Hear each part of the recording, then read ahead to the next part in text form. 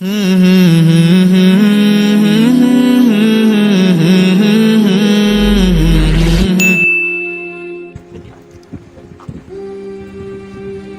پاک صلی اللہ علیہ وسلم نے ارشاد فرمایا کہ 3 چیزوں سے تم نے محبت کرنی ہے، ٹھیک ہے؟ قرآن کریم سے، میری اہل بیت اطہار سے محبت کرنی ہے۔ تو آپ جہاں بھی سادات دیکھیں، سادات کا ادب اور احترام میرے پیارے نبی صلی اللہ علیہ وسلم نے ان کا حکم دیا ہے، ہم اس کے پابند ہیں، ٹھیک ہے؟ جہاں بھی سادات ہوں گے تو وہ ہماری سر آنکھوں کے اوپر، اللہ رب العزت ان کے حسن عمل میں مزید برکتیں عطا فرمائے۔ آپ بچے ہیں، ابھی تک آپ کو اس زندگی کے جو زیرو بم ہیں ان کے بارے میں ابھی تک آگہی نہیں ہے۔ یہ کتنا مشکل امر ہوتا ہے، کفالت کتنا مشکل امر ہوتا ہے، بچوں کو پڑھانا کتنا مشکل امر ہے، اور بچوں کے معاملات سے نبرد آزما ہونا۔ اب میں یہ تھوڑا سا ہیوی جملہ کہنے لگا ہوں، کسی کے بچوں کو اپنے بچوں کے جیسا بنا کے ان کی کفالت کرنا، ان کی تعلیم، ان کو تعلیم کر دینا اور ان کی تربیت کرنا، یہ کسی کے مزاج میں اللہ رب العزت نے لکھا ہے۔ کوئی یہ کام کرتا ہے، ہر کوئی یہ کام کر نہیں پاتا۔ اور آج ہر زمانہ مشکل تھا، ہر دور مشکل تھا، ہر دور میں مہنگائی تھی، مگر یہ جو موجودہ دور جا رہا ہے، یہ دور سب زمانوں سے مشکل ہے۔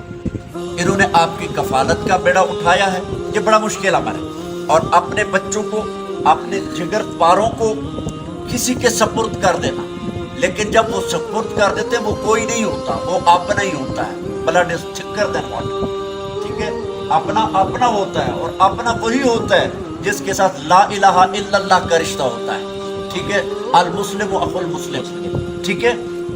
سب سے مضبوط رشتہ کائنات میں، اس دنیا میں اور آخرت میں سب سے اچھا رشتہ نبی پاک صلی اللہ علیہ وسلم کی محبت کا رشتہ ہے۔ آپ دیکھیں، میں نے خود مدارس میں رہ کے پڑھا ہے، گھر سے دور علاقوں کا سفر کر کے پڑھا ہے، ملک سے باہر بھی رہا ہوں، ملک کے اندر بھی رہا ہوں، تاہم یہ جو سلسلہ بنا ہوا ہے، جس کی آپ لوگوں کی کفالت کا ذمہ انہوں نے اٹھایا ہوا ہے، یہ بہت ہیوی ویٹ ہے، یہ بہت ہیوی ہے، یہ بہت مشکل ہے۔ میرے بچے جو یونیورسٹیوں میں پڑھتے ہیں میرے ساتھ ہیں، ٹھیک ہے؟ تو مجھے پتہ ہے کہ ایک بچے کا ایک دن کا خرچہ کتنا ہے۔ تو آپ کو تو شاید اس بات کا احساس بھی نہیں ہوگا کہ یہ کتنی مشقتوں سے گزرتے ہیں، کہاں جاتے ہیں، کس طریقے سے جاتے ہیں، اور سارا کچھ اکٹھا کر کے لاتے ہیں اور آپ کی خدمت میں آپ کے پیش کر دیتے ہیں۔ آپ کو ابھی تک اس چیز کا احساس نہیں ہے، مگر آخری بات یہ کرتا ہوں کہ آپ اس بات کو اپنی جان میں سمو لیں کہ یہ وقت، یہ جو آپ کے پاس پیرنٹس نے آپ کو مختص کیا ہے دین کے علوم کے حصول کے لیے، تو یہ آپ کے اوپر بہت بڑی ذمہ داری عائد ہوتی ہے۔ آپ اس چیز کو جانچیں، پرکھیں کہ آپ کو وقت دیا گیا ہے، اور اگر آپ نے وقت ضائع کر دیا، اور جس نے وقت ضائع کر دیا، میں آپ کی بات تو نہیں کر رہا، آپ تو دین کے طالب علم ہیں، قرآن کریم کے طالب علم ہیں، جس نے بھی اس کائنات کا دستور ہے، جس نے بھی وقت کو ضائع کیا، وقت نے اسے ضائع کر دیا۔ اب دیکھو، ایک آئین فطرت ہے اور ایک قانون قدرت ہے، ٹھیک ہے؟ قانون قدرت میں تو معافی ہے، قانون قدرت میں معافی ہے، قانون فطرت میں معافی نہیں۔ میں ان کو دیکھ کر، ان کی اس جملے کی بنیاد کے اوپر میں نے کہا میں 2 جملے اور کہہ دیتا ہوں۔ جو بندہ نماز نہیں پڑھتا، جو بندہ ماں باپ کا دل دکھاتا ہے، جو ماں باپ کی بات نہیں مانتا، استاد کی بات نہیں مانتا، وہ اسی زندگی میں اس کا ری ایکشن دیکھے گا۔ جس نے ماں باپ کا احترام کیا، جس نے اپنے ماں باپ کی عزت کی، اور باپ کے سامنے فلا تقل لہما اف بھی نہیں کہنی، ماں باپ کے سامنے تو اس کی اولاد کیا اس کی نسلیں بھی قیامت تک اس کے سامنے اف نہیں کریں گی۔ ایک اور بات کرتا ہوں کہ کوئی شخص اگر اس دنیا میں شراب پیتا ہو، ہم نے تو دیکھی بھی نہیں ہے، پتہ نہیں کیسی ہوتی، شراب پیتا ہو اور رج کے پیتا ہو اور وہ کہے کہ میرے گردے ٹھیک رہیں، یہ قانون فطرت ہے،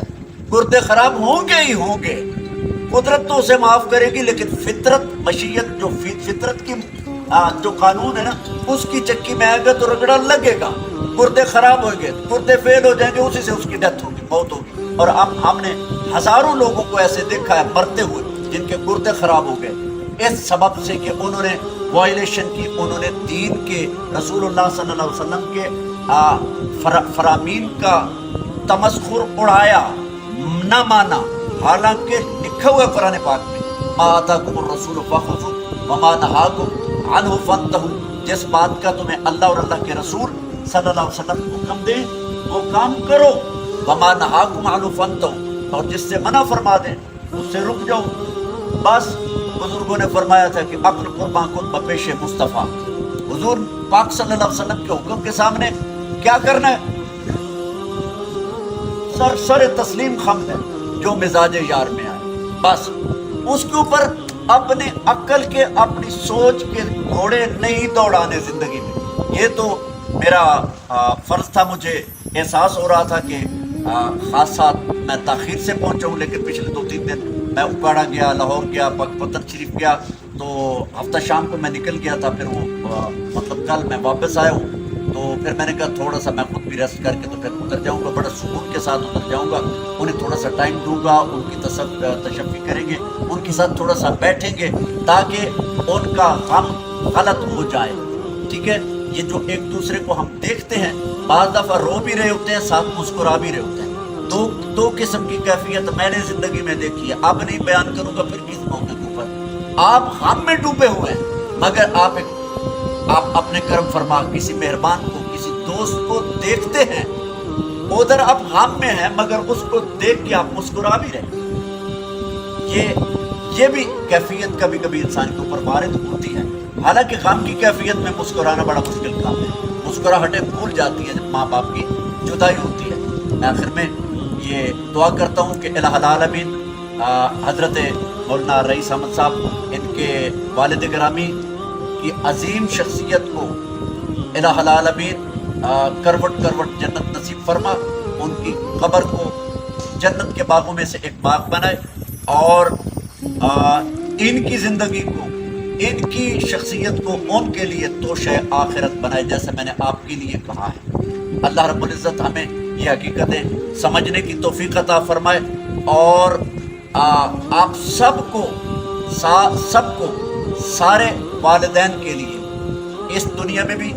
آپ کو اپنے ماں باپ کی آنکھوں کی ٹھنڈک بنائے، اور جب وہ دنیا سے جائیں تو ان کے لیے آخرت کے، رحمت کے، نور کے آپ کو چشمے بنا دے۔ اللہ تعالیٰ آپ کو علم نافع عطا فرمائے۔ اپنے اساتذہ کی قدر کیجئے بیٹا، اپنے ماں باپ کے لیے دعا بھی کیجئے گا، اور دعاؤں کی بڑی فضیلت ہے، دعاؤں کے بڑے اثرات ہوتے ہیں۔ دعا